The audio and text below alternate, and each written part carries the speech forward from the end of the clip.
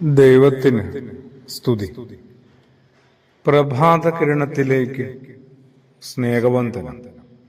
ഭാഗം 2420. ഇന്ന് ഓഗസ്റ്റ് മാസം 16-ാം തീയതി, 228-ാമത്തെ ദിവസത്തിലെത്തി. കഴിഞ്ഞ ദിവസങ്ങളിലൊക്കെ കുറച്ചുകൂടി ആത്മവിശ്വാസം ഉണ്ടായിരുന്നു. എന്തൊക്കെയോ വലിയ ഉത്തരവാദിത്വമുണ്ടായിരുന്നു. ആ ഒരു ഉത്സാഹത്തില് അമ്മയോർമ്മകളിലൂടെയൊക്കെ സഞ്ചരിക്കാനായിട്ട് ധൈര്യം കാണിച്ചു. എല്ലാം വാക്കുകളിൽ മാത്രം ഒതുങ്ങുകയാണോ? പരിശുദ്ധ മറിയമെന്ന അമ്മയുടെ വാങ്ങിപ്പ് പെരുന്നാളിനെയും തുടർന്ന് വീണ്ടും അടുത്ത പുലരിയിലെത്തുമ്പോൾ വല്ലാതെ ദുർബലനാവുന്നു. അതും ഇന്നൊരു ഞായർ ദിനം കൂടിയായിട്ട് വല്ലാത്തൊരു നഷ്ടബോധമാണ് തോന്നുന്നത്.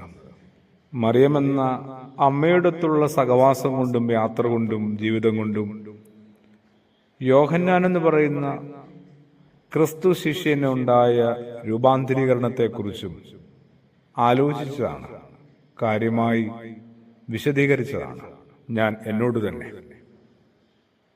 കഴിഞ്ഞ കുറച്ച് ദിവസങ്ങളായി പരിശുദ്ധ മറിയത്തോടൊത്തുള്ള യാത്രയിലായിരുന്നു ഞാൻ ഏർപ്പെട്ടതെങ്കിൽ എൻ്റെ ശിഷ്ടജീവിതത്തിൽ എന്തൊക്കെ മാറ്റങ്ങളാണ് സംഭവിച്ചതും സംഭവിച്ചുകൊണ്ടിരിക്കുന്നതും സംഭവിക്കേണ്ടതും.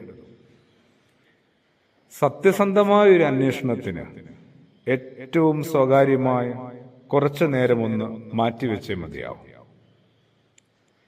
അമ്മയെപ്പോലെ കുറെ കൂടി നൽകാനായിട്ട്, സമർപ്പണത്തോടെ കാഴ്ചവെക്കാനായിട്ട് ഞാൻ പ്രാപ്തനായിട്ടുണ്ടോ?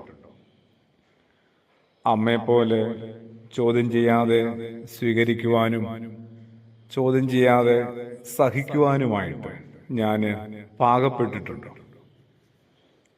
അമ്മയെപ്പോലെ അവസാനത്തോളം, അത് കുരിശിന് ചുവട്ടിൽ വരെ മാത്രമല്ല, അതേ തുടർന്നും യേശുവിനെ പിന്തുടരാനായിട്ട് ജീവിതം വിട്ടുകൊടുക്കുന്നുണ്ടോ? പറഞ്ഞു വരുമ്പം വലിയ മാറ്റമൊന്നും സംഭവിച്ചിട്ടില്ല. അതിൻ്റെതായ ലജ്ജയുണ്ട്, ആത്മഭാരമുണ്ട്. എങ്ങനെയാണ്, എവിടെ നിന്നാണ് ഇനി തുടങ്ങേണ്ടത്?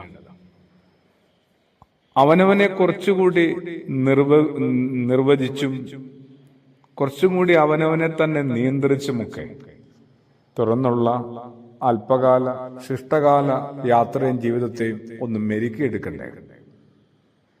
അതുകൊണ്ട് തന്നെ അമ്മയെ കുറെ കൂടി മനസ്സിലാക്കി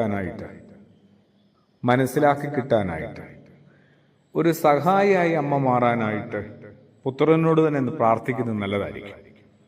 അമ്മയുടെ ഒരു കൂട്ട് എനിക്കും ആവശ്യമാണ്. ഭാഗ്യവാനായ യോഹന്നാൻ ശ്ലീഹായിക്ക് ആ കുരിശിന് ചോട്ടിൽ നിന്ന് കിട്ടിയ വലിയ സമ്മാനം, അത്തരമൊരു സമ്മാനം ആ മകൻ നമ്മളെ ഏൽപ്പിക്കുന്നുണ്ട്.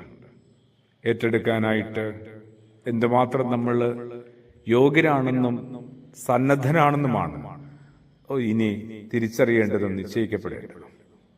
ഒന്നും കൂടെ പ്രാർത്ഥിച്ച് പരിശ്രമിച്ചാലോ? ആമേൻ.